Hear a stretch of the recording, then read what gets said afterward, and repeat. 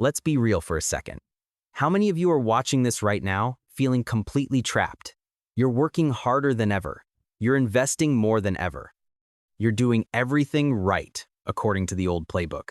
But that bank statement at the end of the season, it just doesn't add up.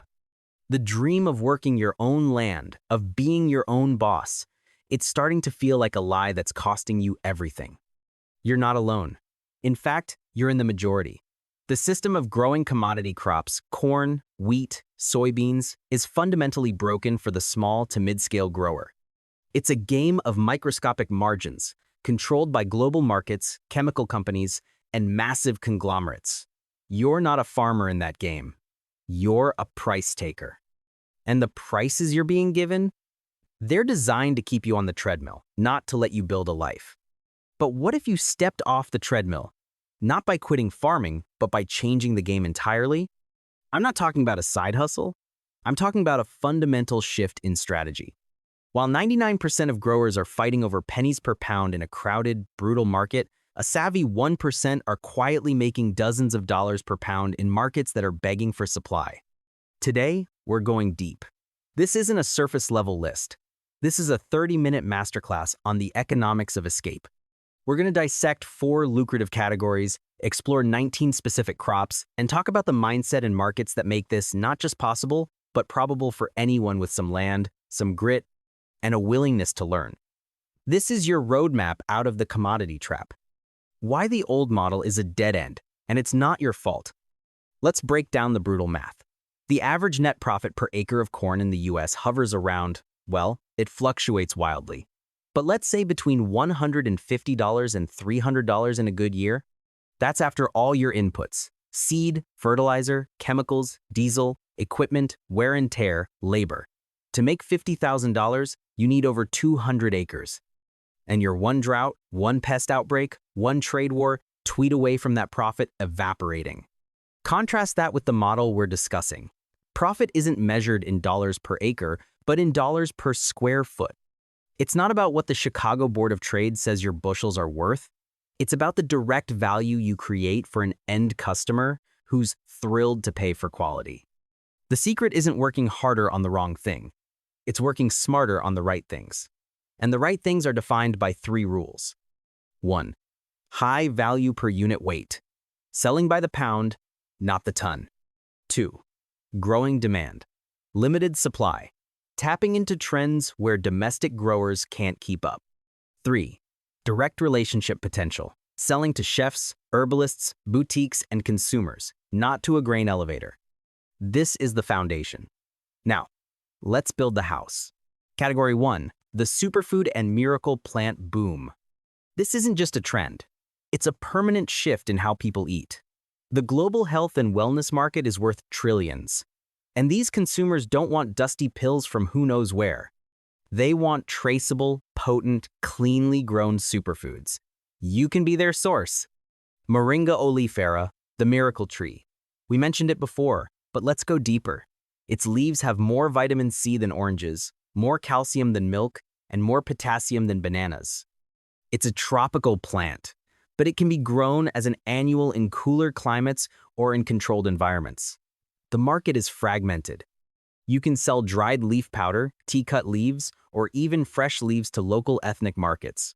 One grower in Texas sells 4 ounces bags of Moringa powder for $25 online. Do the math on that per pound. It's staggering. Duckweed, Lemna minor, the most exciting plant nobody's heard of. The science is undeniable.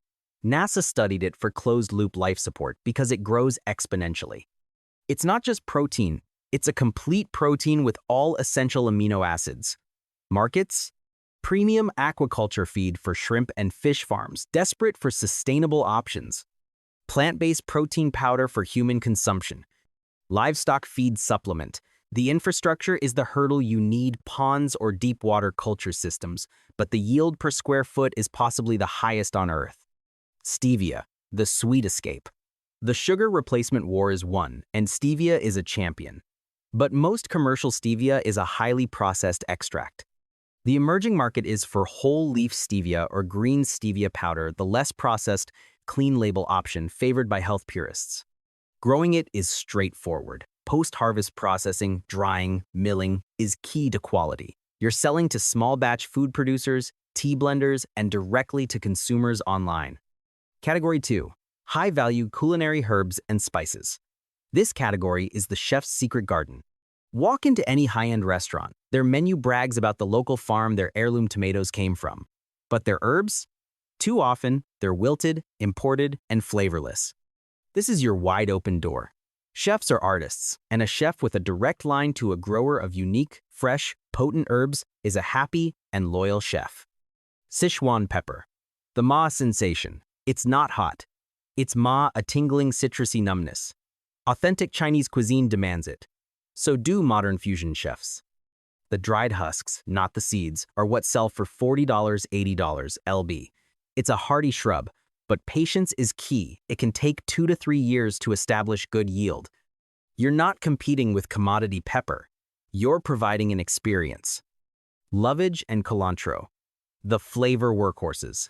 These are the secret ingredients that make people say, "Wow, what is that?" Lovage tastes like celery on steroids. One leaf can flavor a whole pot of soup. It's a perennial, so plant it once. Cilantro, sawtooth, coriander is to cilantro what a concert is to a tinny smartphone speaker. It's stronger, more complex, and holds up to cooking. For Caribbean, Latin American, and Southeast Asian communities, it's non-negotiable. Fresh bunches at farmers markets sell out instantly. Shiso and epazote, the cultural essentials. Shiso comes in green and stunning purple. It's used in sushi, as a wrap, pickled, and in cocktails. The rise of authentic Asian cuisine is your tailwind. Epazote is the bean herb of Mexico. It's believed to reduce gas, but more importantly, it adds a deep, pungent, almost gasoline-like flavor that's irreplaceable in black beans and soups. It's nearly impossible to find fresh in most of the US. If you grow it, you own that regional market. Bonus deep dive. Saffron. Yes, the world's most expensive spice. It's labor-intensive. The stigmas must be hand-picked from crocus flowers, but the math is insane. 1 pound of dried saffron can retail for $5,000, $10,000. You can grow 50,000 corms on a quarter acre. It's a high-risk, high-reward specialty, but it proves the extreme end of the value per acre principle. Category 3. The wellness and biohacking botanicals category. This goes beyond eating healthy. This is about plant medicine, adaptogens, plants that help your body handle stress, and nootropics cognitive enhancers. The supplement industry is riddled with low-quality, imported, adulterated powders. A grower providing verified, organic, domestically grown material is a kingmaker. Ashwagandha and go-to cola.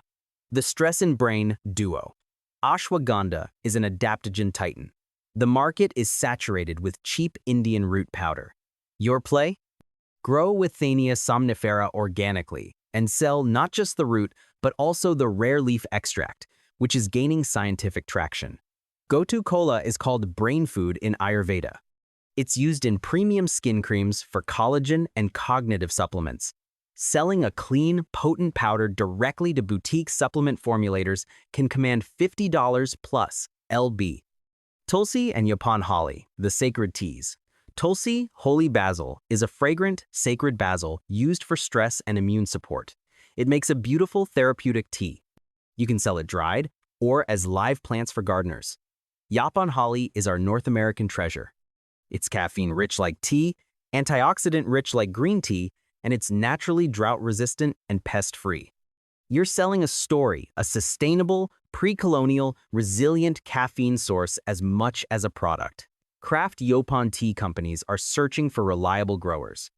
The apothecary garden, lemon balm for calm, hyssop for respiratory health and bitters, marshmallow root for soothing teas and skincare, echinacea. This is about becoming a trusted source of medicinal-grade herbs, not just garden variety. This requires meticulous post-harvest handling and often building relationships with herbalists and naturopaths. Category 4. Unexpected gold mines. This category consists of weeds, pets, and beauty. Sometimes, the biggest opportunities are hiding in plain sight, overlooked because they don't fit the normal crop box. Catnip and silver vine, the pet party. The pet industry is recession-resistant. Organic, potent catnip is like cat crack. But have you heard of silver vine? For cats that don't react to catnip, about 30%, silver vine is often even more effective. It sells for even more, up to $80. LB dried. You can blend them, sell them in toys, or as loose leaf. Your customers have 4 legs, but their humans pay the bills. Calendula and marshmallow. The Clean Beauty Farm. The no chemicals on my skin movement is huge. Calendula petals are infused into oils for healing salves and creams. Marshmallow root is used for its soothing mucilage. You don't need to make the final product. You become the key ingredient supplier for small batch soap makers, lotion crafters, and herbal apothecaries. Purslane and nopales, the gourmet weeds. Purslane is a succulent weed that's a nutritional powerhouse, omega-3 seconds. High-end restaurants pay top dollar for its crunchy, lemony stems. Nopales are the pads of the prickly pear cactus. A staple in Mexican cuisine, they're a low-water, high-yield crop sold fresh in ethnic markets. You're selling resilience and flavor. The mindset shift and your first steps. This isn't a get-rich-quick scheme. It's a get-smart, slower strategy. It requires a shift from being a producer of bulk commodities to being a specialist and a marketer. 1. Start small, learn everything. Don't plant 5 acres of Moringa. Plant 100 square feet, learn how to grow it, dry it, and package it. Find one customer, then scale. 2. Niche down. Don't be an herb farmer. Be the premier source of fresh culinary episode and shiso for the greater Austin area, or the organic medicinal herb supplier for local herbalists. 3. Build direct channels, farmers markets, CSA shares, local restaurants, and your own e-commerce website. Capture the full retail value. 4. Master post-harvest. This is where 80% of the value is won or lost. Proper drying, milling, and storage are what separate a premium product from compost. Look back at that cornfield. It represents a system that asks for everything you have and gives you just enough to keep going. It's a cycle of quiet desperation. Now look at this. The new money well plant I just introduced to you, this represents choice. It represents leverage. It represents building something where your knowledge, your care, and your direct connection to a customer is the most valuable thing you own. You have the land. You have the work ethic. All you need is the new blueprint. The rebellion isn't about burning things down. It's about planting something new, something better. Don't just watch this video and go back to the same routine. That's the definition of insanity. Click the link. Take the first, small, concrete step today. Your future as a grower, a truly prosperous, independent grower, is waiting. Let's go build it.